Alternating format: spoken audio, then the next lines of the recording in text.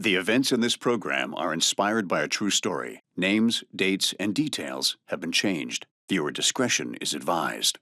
On this episode of Bizarre Murders, animal lover Lester can't get enough of adopting strays. But when he brings the wrong one home for the holidays, Big Daddy don't like your tone. his beloved bird What's the matter with that thing? will point his claw, nailing a killer.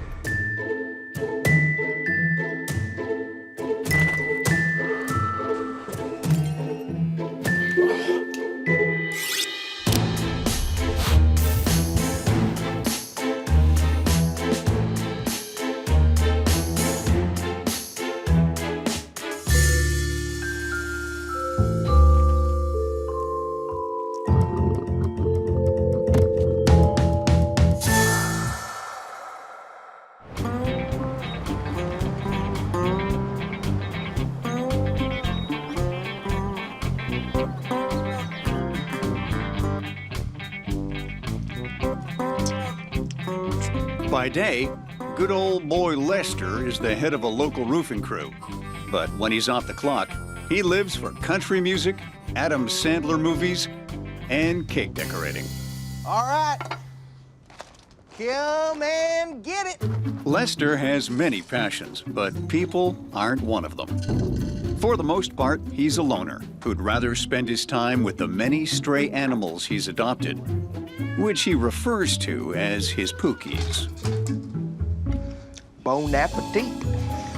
Over my many cases at the FBI, I found that a lot of loners develop close relationships with animals. That's because loners avoid people for a reason. Anxiety, childhood trauma, things like that. But with animals, all that disappears. It's just about loving your Pookies and them loving you right back.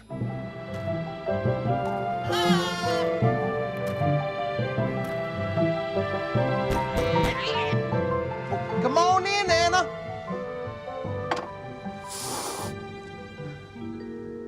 When one of Lester's friends gets married to a man with bird allergies, she's forced to give up her lovebird. He's so precious. Hey there. My new little Pookie. Lester gets another Pookie to add to his menagerie. Thanks, Anna. I'm gonna call you Big Daddy. Named after his favorite Adam Sandler movie, of course. Hey, look what I brung for you. Lester and Big Daddy quickly bond. Lester enjoys spoiling his new BFF, Hungry, hungry, hungry. giving him the run of the trailer and bringing him back crawdaddies and grits from the local barbecue joint. Oh, before you get fat as a tick,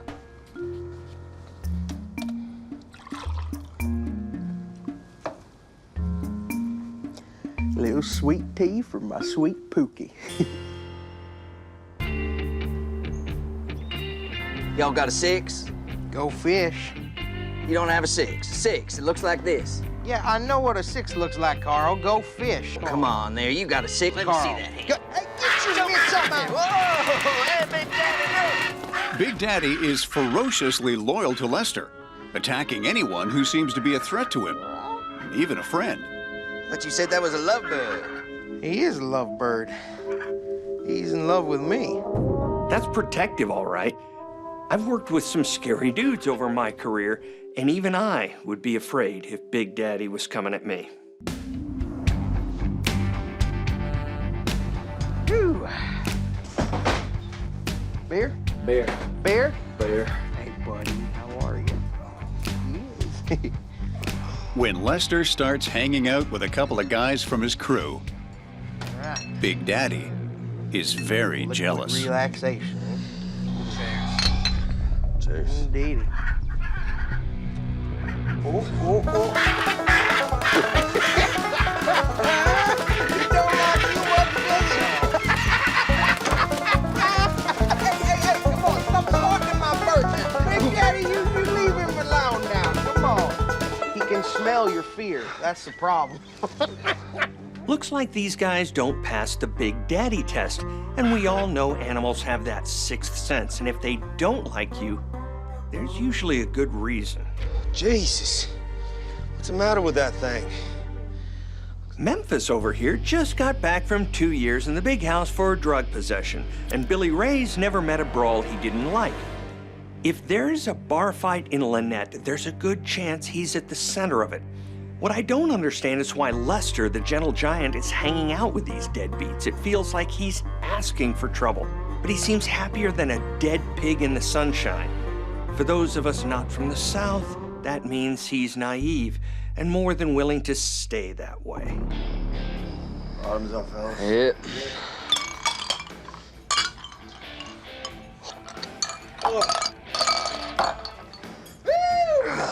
Yeah! Let's have another! Come on! Hey, Jimbo. Guys, this is my cousin Jimbo. These are the guys. Another! Ignore him, he's already cork high and bottle deep. Come on! Another round! Let's go! About time. Yeah, sugar. Another round. Turns out our gentle giant is an angry drunk. Well, that came out of nowhere. I think you've had more than enough for tonight, sweetheart. I'm talking to you, Chicky Poo. Given the way Lester's acting, it seems like he has a problem. And from what I've witnessed, alcoholism can create a real personality split. So while he's little Nicky when he's sober, he turns full-on Happy Gilmore once the booze is flowing. Another round. Well, bless your sweet, picky little heart.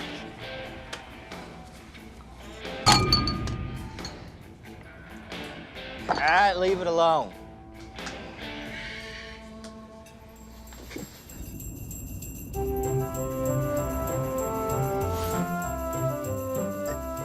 Just as drinking releases the anger in Lester, the holidays bring out his sense of joy. Well, don't look at me like that.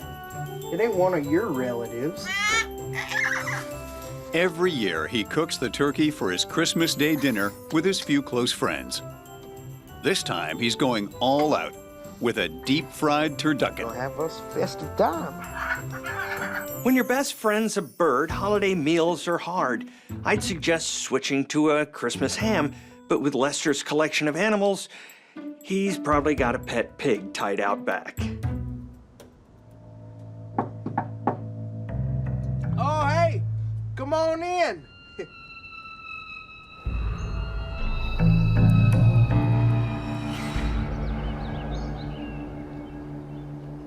When Lester and his turducken don't arrive for dinner, his friend Carl gets worried.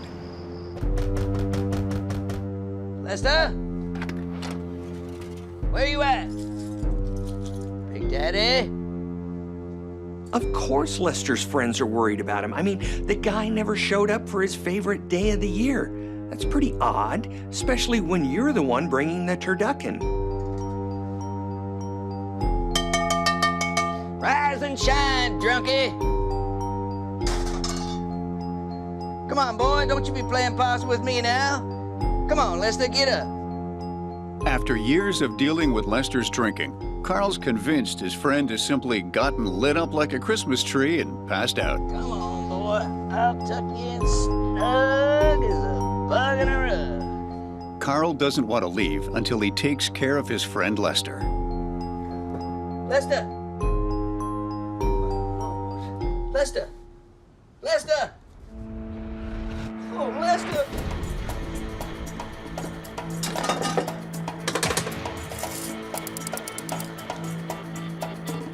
That's it. This is Carl. Yeah, I'm out at Lester's place. I need a doctor. I'm gonna need deputy as well. Mess out here. It's not good.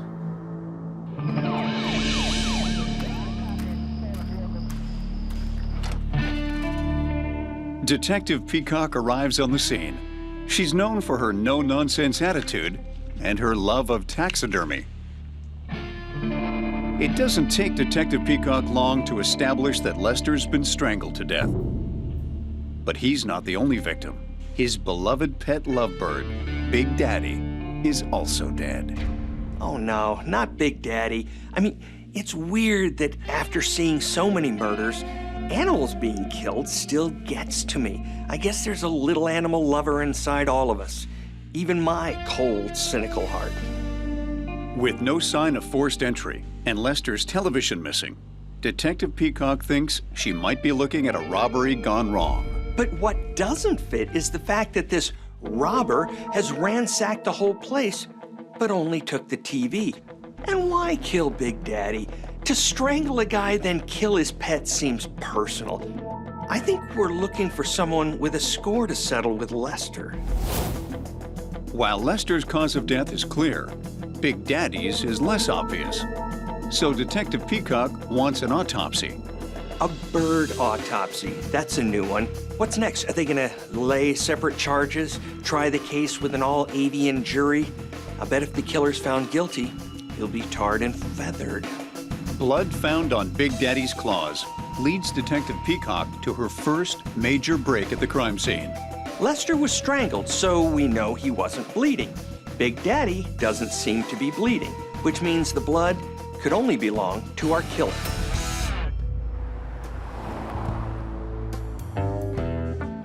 While Detective Peacock waits for the DNA report from the blood samples, a local preacher's wife calls in with a tip. Thank you. The same car has been parked at a convenience store since Christmas Day. When Detective Peacock runs the plates, she discovers the car belongs to Lester.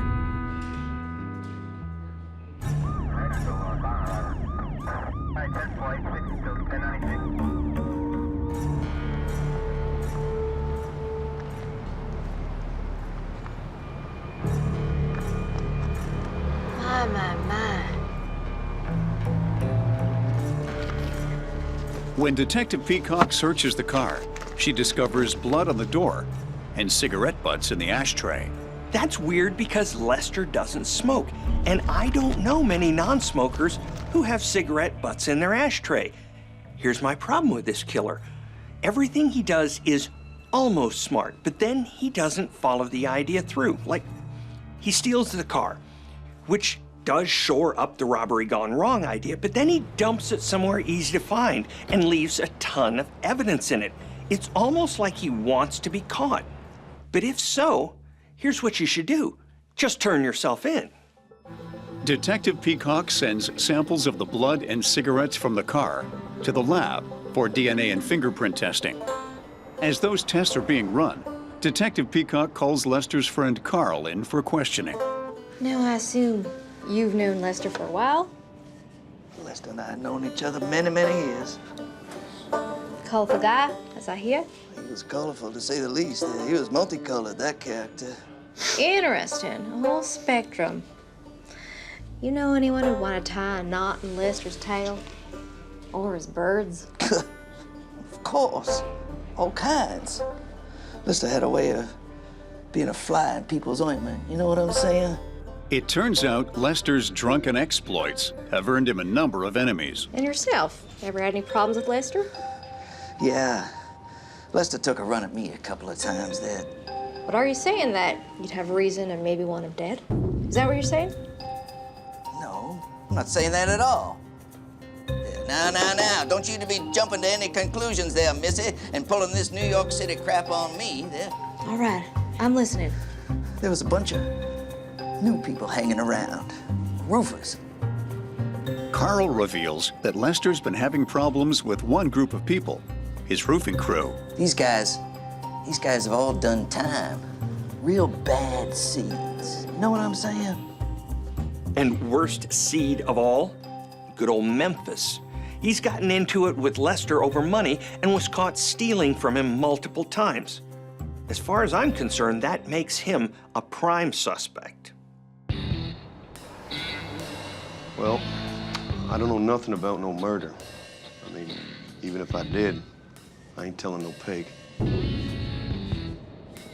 'Cause nothing makes you look more innocent than attacking the police for doing their job.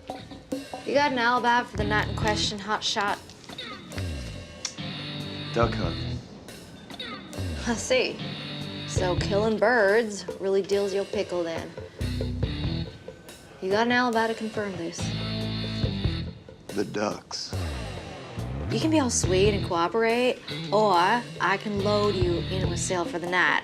It's your choice. My mother's gun club. Seniors with shotguns. I'll check into this. In the meantime, don't leave town.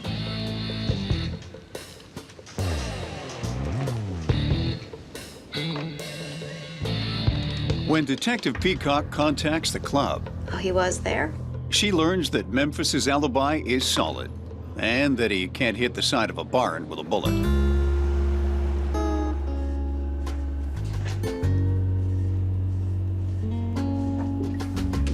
Who would kill Lester? And his bird?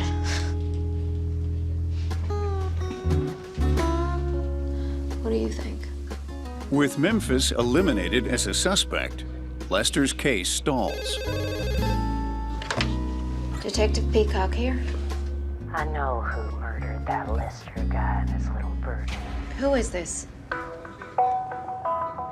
Detective Peacock convinces the tipster who called in about Lester and Big Daddy's murders to come down to the station. Anybody again? They were in the bar, hooping and hollering and celebrating something. All right. And, oh, that winged monster's never gonna bother anyone again. And Turns out Billy Ray and Jimbo have been drinking and bragging about having gotten rid of Lester and Big Daddy. Were you aware of any bad blood or any past history? I mean, look, everyone at that bar says one of them cousins did it. So that would be Jimbo or Billy Ray. Yes, ma'am. Hoping to figure out which cousin committed the double homicide, Detective Peacock calls Billy Ray down to the station. Thanks for coming in. I'm Detective Peacock. All right. Now, why would I be hearing that you got something to do with Lester and Big Daddy's murders? Don't know. But what I can tell you is that whoever told you all that has only got one oar in the water. I was having Christmas dinner at my mama's place. You got anyone to confirm that? Jimbo was there. I tell you, I ain't no lying dog. We got a tip that Billy Ray or Jimbo killed Lester and Big Daddy. But now Billy Ray is using Jimbo as his alibi. Something smells fishy, and it's not Big Daddy's old crawdaddies. Determined to crack Billy Ray's alibi, Detective Peacock brings Jimbo in for questioning. Sir, there is no smoking in here. Why you got an ashtray? I like turtles. Please put it out. Now, Billy Ray says y'all were together the night of the murder. Billy Ray's right. We were together all night. Mm-hmm. Why do you look like 10 miles of dirt road? Bar fight. I won. Yeah, well, it sure don't look like it. Okay, we know Lester's killer was bleeding in the trailer the night of the murder. And now we got Jimbo showing up with all these injuries, which, to me, look more like he got mauled by a wild animal than won a bar fight. If I was a betting man, I'd say, to use a southernism, that Jimbo's trying to pee on our legs and tell us it's raining. While cousins Billy Ray and Jimbo deny any involvement in the Lester and Big Daddy double homicide, they agree to provide police with DNA samples and fingerprints. I'm not saying I don't want to help you catch Lester's killer or nothing, but all this is about as useful as tits on a bull.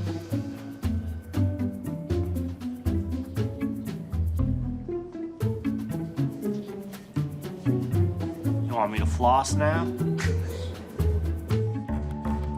When the DNA and fingerprint results come in, they show no match to Memphis, but tie Billy Ray to the cigarettes and Jimbo to the blood in Lester's car and trailer. I have no words. These guys just handed police the evidence to tie them to Lester the night of the murder. And hey, I'll take a match any way I can get one. I'm just saying it's a good thing that most criminals are this dumb, or else some of us over at the FBI would have been out on our ears.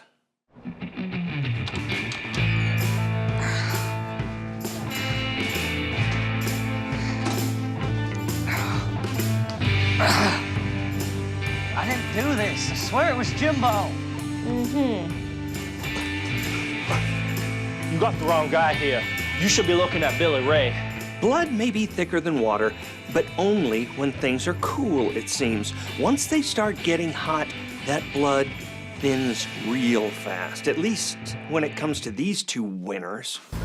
We are charging you and your cousin with the murder of Lester and Big Daddy. I was there that night, but I didn't kill nobody. It was all Billy Ray. Oh, that's so? I got no reason to want to cream Lester's corn, not like Billy Ray. Jimbo is ready to flip on his cousin, for the right immunity deal, of course. Jimbo reveals that Billy Ray recently got caught ripping Lester off. You better give your heart to Jesus, boy, because your butt is mine. Oh, yeah? Oh, yeah. What, just because I took a couple of bucks from you, gave myself a little advance? Big Daddy, he don't like your tone. Turns out Lester caught Billy Ray withdrawing large sums from petty cash. We know there was a fight. And Jimbo said you did it. You killed Lester. No. I might have gone to his place. We might have had a fight, but we had a couple of beers and we sorted ourselves out. Billy Ray has a very different ending to the story. Now listen, this what's gonna happen. You are gonna work for me for free until we're good and squared up. Or maybe I'll just call the coppers. Your choice. Fine. Sometimes you make my ass itch, Lester. Yeah, well, you make me scratch worse than poison oak. Oh, get us another round. Put it on me. Hey, why do I need to go and kill a man when everything's all sorted? I don't know. Why would you? Well, this is a tough one. Jimbo's right that Billy Ray has bad blood with Lester, but Jimbo's got a lot of cuts and his blood is in the trailer. So what do you do when you're trapped in a he said, he said? Well, you go back to your witnesses, of course. What are your findings, Doc? The victim has a cranial cerebral injury caused by blunt force trauma. Anything else? Most importantly of all, however, Dr. Herod reports that during the autopsy, he discovered blood on Big Daddy's beak and claws. And once again, the DNA matches Jimbo. What kind of bird is this anyway? That is a lovebird. It's a part of the parrot family. You don't say. Yeah, people like to buy them in pairs, but Big Daddy here was flying solo. Poor guy.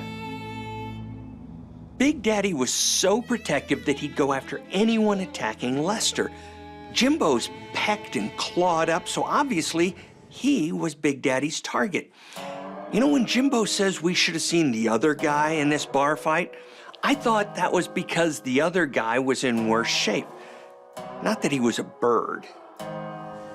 I just want to let you know, Jimbo ruled over Anya. He said he'd rat you out for a deal. But I think we both know who the real killer is. Jimbo's betrayal is Billy Ray's breaking point. Billy Ray admits that the night of the murder, he went to Lester's trailer under the guise of spreading Christmas cheer. Lester, party All time. right, happy holidays. Happy holidays, Lester. Billy Ray knew Lester would never turn down free booze. Go have us a party. Hey. Big one for the big man.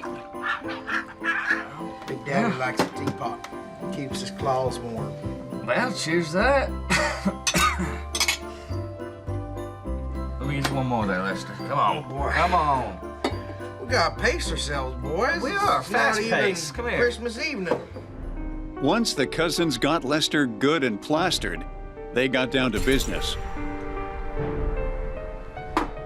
Hey, you know, Lester, I want to talk business. You owe me for all that work I've been doing for you. Let me get this straight. Billy Ray defrauds Lester by dipping into the petty cash. Then, when he's partway through working off the money he's stolen, he decides that Lester's ripping him off and needs to give him back pay for the work he's done. Well, that just might be the definition of brazen. I don't work for nothing, you know. You serious? Oh, shit. You know, I never should have hired a bunch of townies. Y'all are about as useless as a steering wheel on a mule. You know, maybe I should just go call the coppers. Have them chuck you back in the joint where you belong. You shut your mouth up about my cousin, boy. Come. Come.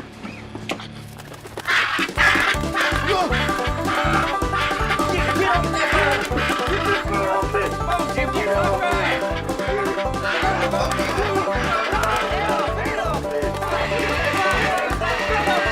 turkey, Jimbo! Turkey! Come on, Jimbo!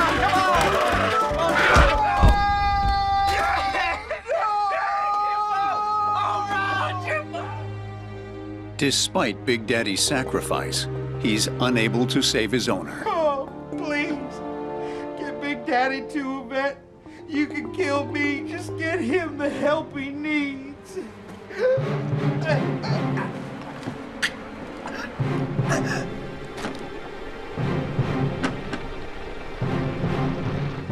Turns out Jimbo's motive was defending his cousin's reputation. The problem with hotheads like Billy Ray and Jimbo is that they go straight from 0 to 60, so something as simple as defending someone's honor can easily turn deadly, especially when you've got a button pusher like a drunken Lester around. Looks like you and your bird are going the way of the dodo. Whoa! As the adrenaline of the fight fades away, Quick, grab that. Mess up the place a bit. Billy Ray and Jimbo get focused on saving themselves.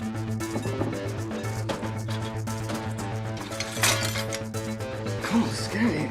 So it doesn't surprise me at all that Dumb and Dumber over there have this brilliant brainwave about making the killings look like a robbery gone wrong. But in their hazy state, all they manage to do is create a fake robbery gone wrong. Billy Ray and Jimbo are both convicted of first-degree murder and sentenced to life without the possibility of parole.